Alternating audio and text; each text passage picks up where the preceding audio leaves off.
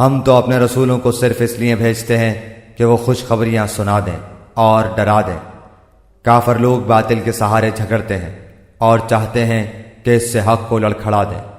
انہوں نے میری آیتوں کو اور جس چیز سے ڈرایا جائے اسے مذاق بنا ڈالا ہے۔ اس سے بڑھ کر ظالم کون ہے جسے اس کے رب کی آیتوں سے نصیحت کی جائے وہ پھر بھی منہ موڑے رہے، اور جو کچھ اس کے ہاتھوں نے آگے بھیج رکھا ہے اسے بھول جائے۔ بے شک ہم نے ان کے دلوں پر پردے ڈال دیے ہیں کہ وہ اسے نہ سمجھیں، اور ان کے کانوں میں گرانی ہے۔ گو تو انہیں ہدایت کی طرف بلاتا رہے، لیکن یہ کبھی بھی ہدایت نہیں پانے کے۔ تیرا پروردگار بہت ہی بخشش والا اور مہربانی والا ہے۔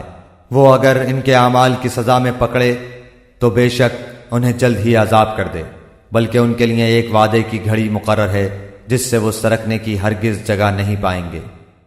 یہ ہیں وہ بستیاں جنہیں ہم نے ان کے مظالم کے بنا پر غارت کر دیا، اور ان کی تباہی کی بھی ہم نے ایک میعاد مقرر کر رکھی تھی۔ جبکہ موسیٰ نے اپنے نوجوان سے کہا کہ میں تو چلتا ہی رہوں گا یہاں تک کہ 2 دریاؤں کے سنگم پر پہنچوں، خواہ مجھے سالہ سال چلنا پڑے۔ جب وہ دونوں دریا کے سنگم پر پہنچے وہاں اپنی مچھلی بھول گئے، جس نے دریا میں سرنگ جیسا اپنا راستہ بنا لیا۔ جب یہ دونوں وہاں سے آگے بڑھے تو موسیٰ نے اپنے نوجوان سے کہا کہ لا ہمارا کھانا دے، ہمیں تو اپنے سفر سے سخت تکلیف اٹھانی پڑی۔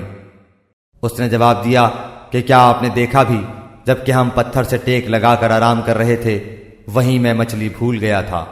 دراصل شیطان نے ہی مجھے بھلا دیا کہ میں آپ سے اس کا ذکر کروں۔ اس مچھلی نے ایک انوکھے طور پر دریا میں اپنا راستہ بنا لیا۔ موسیٰ نے کہا یہی تھا جس کی تلاش میں ہم تھے، چنانچہ وہیں سے اپنے قدموں کے نشان